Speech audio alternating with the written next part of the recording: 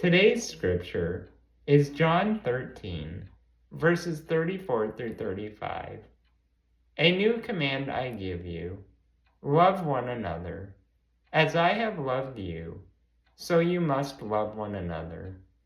By this everyone will know that you are my disciples, if you love one another.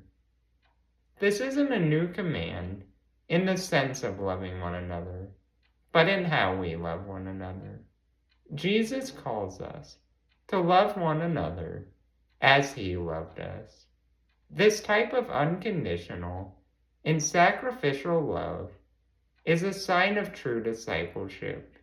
It shows the world that we are followers of Christ and that we have truly been transformed by him.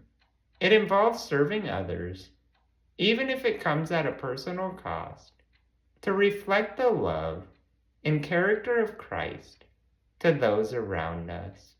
This isn't just love that we are supposed to show to fellow Christians, but to everyone.